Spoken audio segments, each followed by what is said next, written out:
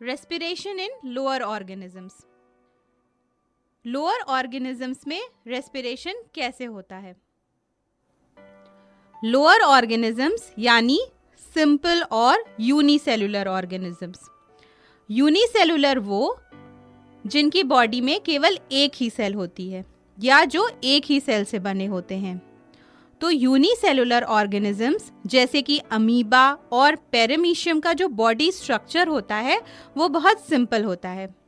उनमें एक ही सेल होती है और ये सेल चारों तरफ से एक सेल मेम्ब्रेन से सराउंडेड होती है।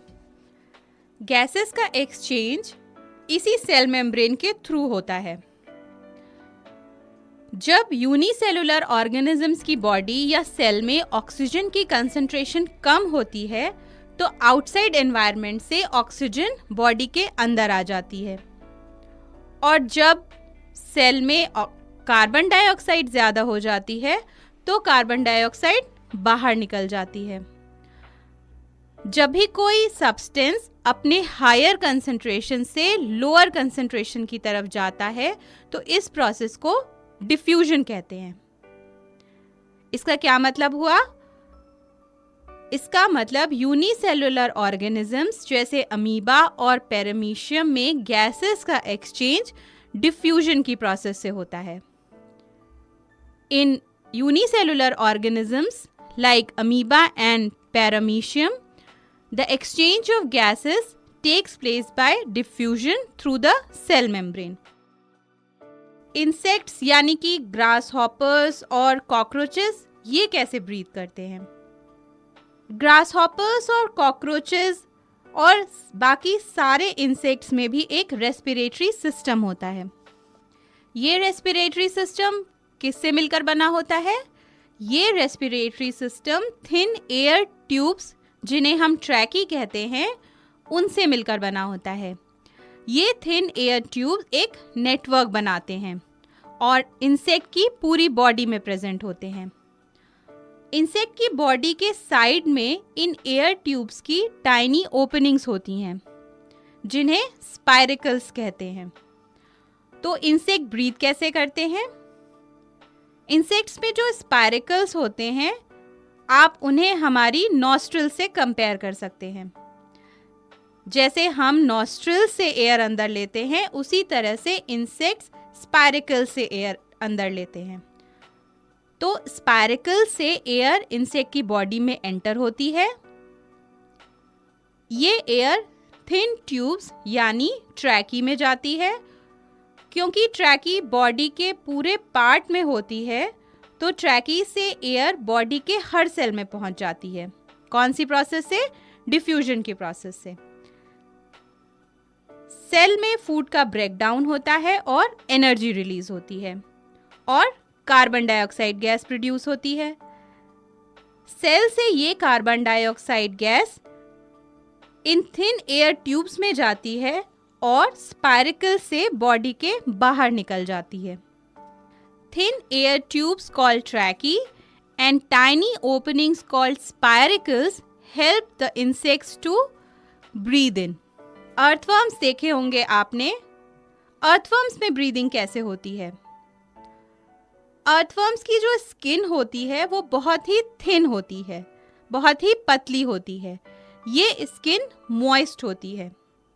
अर्थवर्म इस थिन और मॉइस्ट स्किन के थ्रू ही गैसेस का एक्सचेंज करता है यानी ब्रीदिंग करता है। फ्रॉग्स कैसे ब्रीथ करते हैं? फ्रॉग्स तो लैंड पर भी रहते हैं और वाटर में भी रहते हैं। दोनों जगह कैसे ब्रीथ कर पाते हैं? तो फ्रॉग्स के पास उनकी बॉडी में ह्यूमंस की तरह ही लंग्स होते हैं। फ्रॉग्स लंग्स की हेल्प से ब्रीथ करते हैं जब वो लैंड पर होते हैं। तो क्या वाटर में भी फ्रॉग्स लंग्स से ब्रीथ करते हैं? नहीं। जब फ्रॉग्स वाटर में होते हैं तो वो अपनी मॉइस्ट स्किन से ब्रीथ करते हैं। Frogs breathe through lungs when they are on land and when they are in water they breathe through their moist skin. Fish कैसे ब्रीथ करती है? फिश तो वाटर में रहती है तो क्या फिशेस भी फ्रॉग की तरह स्किन से ब्रीथ करती हैं? नहीं, फिशेस के पास ब्रीदिंग के लिए स्पेशल ऑर्गन्स होते हैं। इन स्पेशल ऑर्गन्स को क्या कहते हैं? इन स्पेशल ऑर्गन्स को गिल्स कहते हैं। ये देखिए gills. Fishes breathe through gills. Fishes में गिल्स कहाँ पर प्रेजेंट होती हैं? गिल्स फिश के हेड के दोनों साइड्स में प्रेजेंट होती हैं। फिश जब वाटर में होती है तो अपने माउथ से वाटर बॉडी के अंदर लेती है। वाटर में ऑक्सीजन डिसॉल्व होती है, तो वाटर के साथ ऑक्सीजन भी माउथ में जाती है। माउथ से वाटर गिल्स में जाता है। फिश की गिल्स में बहुत सारी ब्लड वेसल्स होती हैं, तो गिल्स से ऑक्सीजन ब्लड वेसल्स में चली जाती है। ये ऑक्सीजन ब्लड के साथ फिश की बॉडी के हर एक पार्ट में, हर एक सेल में जाती है। और हर एक सेल में ऑक्सीजन क्या करती है? हर एक सेल में जाकर ऑक्सीजन फूड के ब्रेकडाउन में हेल्प करती है। कार्बन डाइऑक्साइड और एनर्जी रिलीज होती है। ये कार्बन डाइऑक्साइड गैस ब्लड से गिल्स में जाती है और वहां से वाटर के साथ बाहर निकल जाती है। एक बार फिर से देखते हैं। Gills are present on both the sides of the head. The fish breathes in by taking in water through its mouth and sending it over the gills. The gills are well supplied with blood vessels. The blood vessels of the gills extract dissolved oxygen from the water and send it to all parts of the body. Carbon dioxide gas is brought back by the blood into the gills for expelling into the surrounding water. तो हमने अभी discuss किया कि unicellular organisms, insects, earthworms, frogs और fish कैसे breathe करते हैं। क्या अब आप बता सकते हैं कि फिश में कौन सा ब्रीदिंग ऑर्गन होता है? बिल्कुल सही, गिल्स। फिश गिल्स की हेल्प से ब्रीथ करती हैं। चलिए मेन पॉइंट्स फिर से रिवाइज कर लेते हैं। Different animals breathe through different parts of their body. In unicellular organisms like amoeba and paramecium, exchange of gases takes place through the cell membrane. In insects, tracheae and spiracles help in breathing. In earthworms, breathing takes place through thin and moist skin. Frogs breathe through lungs on land and through their moist skin in water. Fish breathe through gills. Respiration in plants. क्या plants में भी respiration होता है?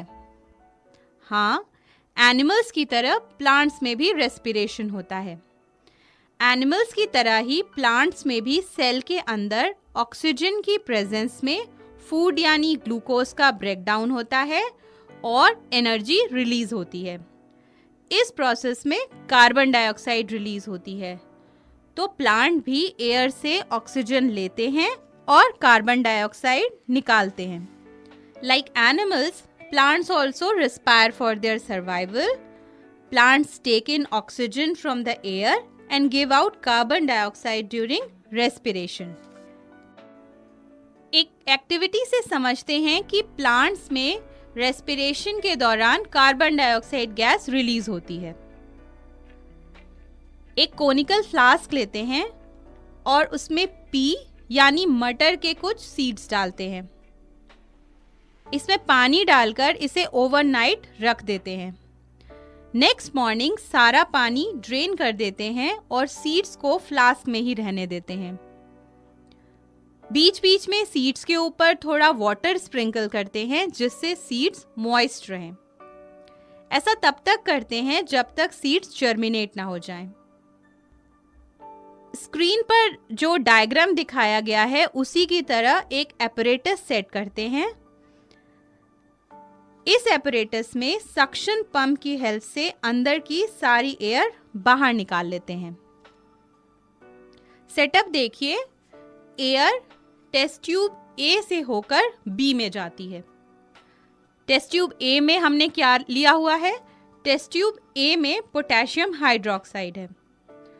Potassium hydroxide carbon dioxide gas को absorb कर लेता है और जो एयर टेस्ट ट्यूब ए से बी में जाती है उसमें कार्बन डाइऑक्साइड गैस नहीं होती। टेस्ट ट्यूब बी में लाइम वाटर है। क्योंकि एयर की सारी carbon dioxide gas potassium hydroxide ने एब्जॉर्ब कर ली है, तो लाइम वाटर मिल्की नहीं होता क्योंकि एयर में कार्बन डाइऑक्साइड गैस नहीं है। अब टेस्ट ट्यूब बी से जो एयर कोनिकल फ्लास्क में जाती है उसमें बिल्कुल भी कार्बन डाइऑक्साइड गैस नहीं है। ये कंफर्म हो गया लाइम वाटर टेस्ट से। अब आप टेस्ट ट्यूब सी, जिसमें हमने लाइम वाटर ही लिया हुआ है, उसको ऑब्जर्व करिए।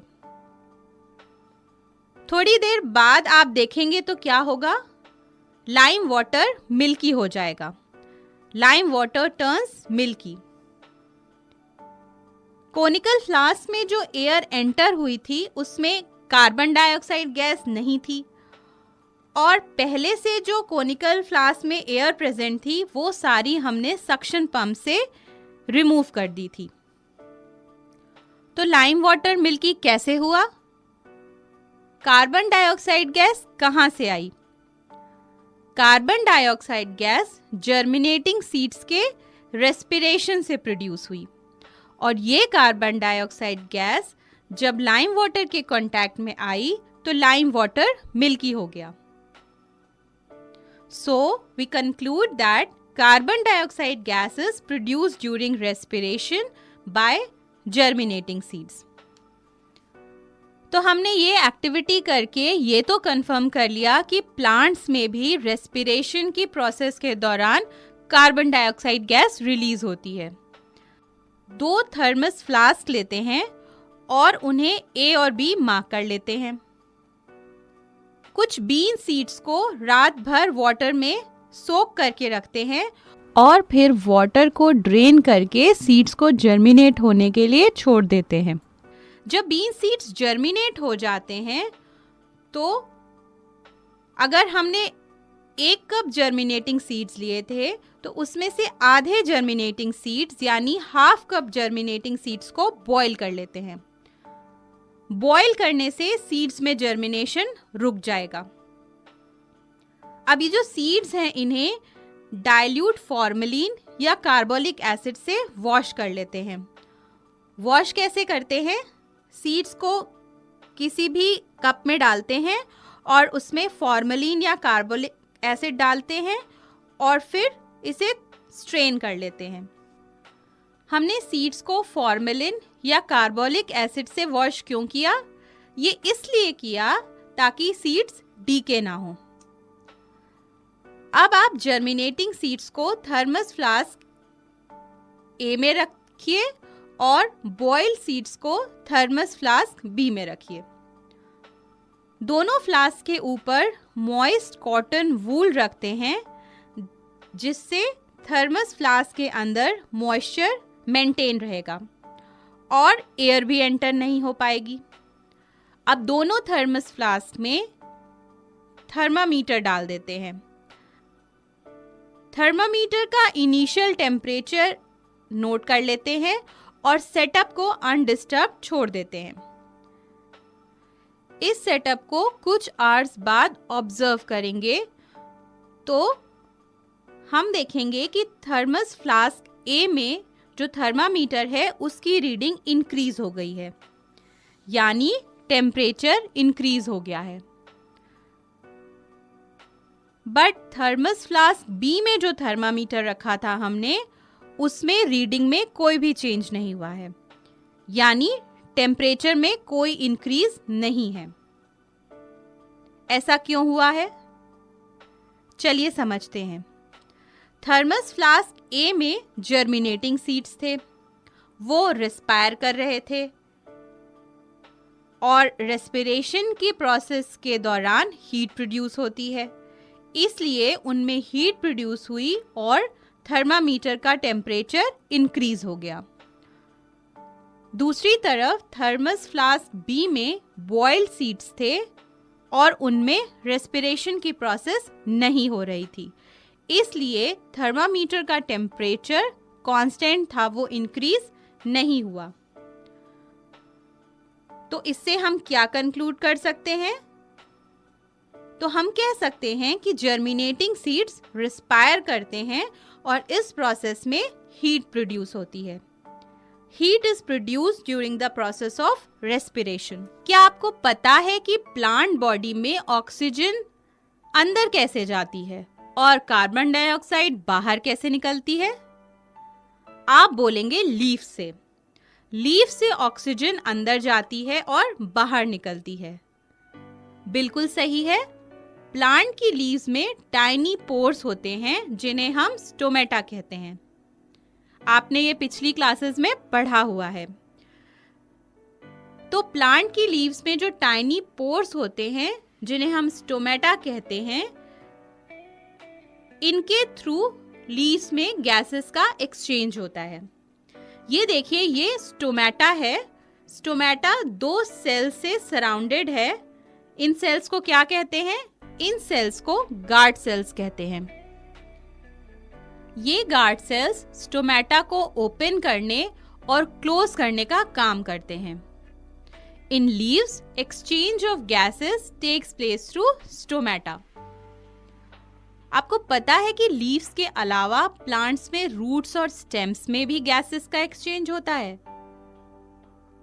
रूट्स में बहुत सारे छोटे छोटे हेयर होते हैं। इन्हें क्या कहते हैं? इन्हें रूट हेयर कहते हैं।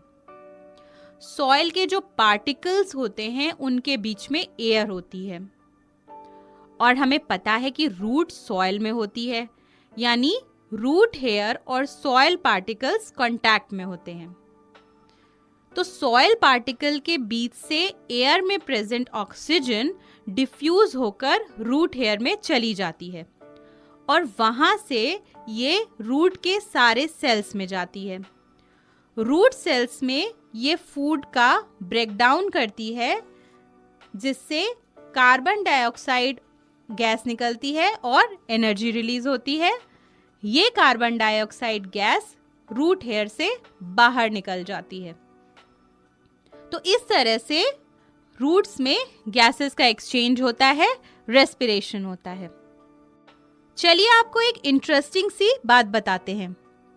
आपने अपने घरों में देखा होगा कि अगर आप प्लांट्स में ज्यादा पानी डाल दें तो भी वो सूख जाते हैं और आप कहते हैं कि मैंने पानी तो डाला था फिर भी प्लांट सूख गया। आपको पता है ऐसा क्यों होता है? जब हम सॉइल में बहुत सारा पानी डाल देते हैं तो सॉइल पार्टिकल्स की जो बीच की स्पेस होती है उसमें पानी भर जाता है और सारी एयर निकल जाती है। इसकी वजह से रूट्स को रिस्पायर करने के लिए, ब्रीथ करने के लिए ऑक्सीजन ही नहीं मिलती। तो जब रूट्स रिस्पायर नहीं कर पाती तो अल्टीमेटली प्लांट सूख जाता है। तो इसलिए ज्यादा पानी डालने से भी प्लांट्स सूख जाते हैं। Due to non availability of oxygen for roots, the plant ultimately dies. Herbs पता है ना आपको, जिनकी स्टेम ग्रीन होती है और सॉफ्ट होती है, जैसे टोमेटो, ग्रास, राइस प्लांट। जो हर्ब्स होते हैं उनकी स्टेम पर भी स्टोमेटा होते हैं और ये स्टोमेटा स्टेम को रिस्पायर करने में हेल्प करते हैं। ट्रीज की स्टेम हार्ड होती है और वुडी होती है। इन स्टेम्स की सरफेस पर, बार्क पर किसी किसी जगह पर सेल्स बहुत लूजली अरेंज होते हैं, बहुत लूजली पैक होते हैं।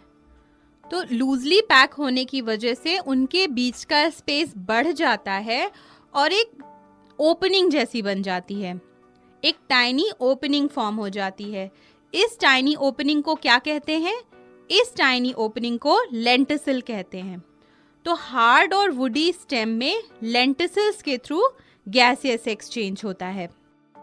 मेन पॉइंट्स एक बार रिवाइज कर लेते हैं. Plants respire for their survival. Plants take in oxygen from air and give out carbon dioxide during respiration. Heat is also released during respiration. In leaves and stems of herbs, breathing or exchange of gases takes place through stomata. In roots, breathing takes place through root hair. In hard and woody stems, breathing takes place through lenticels.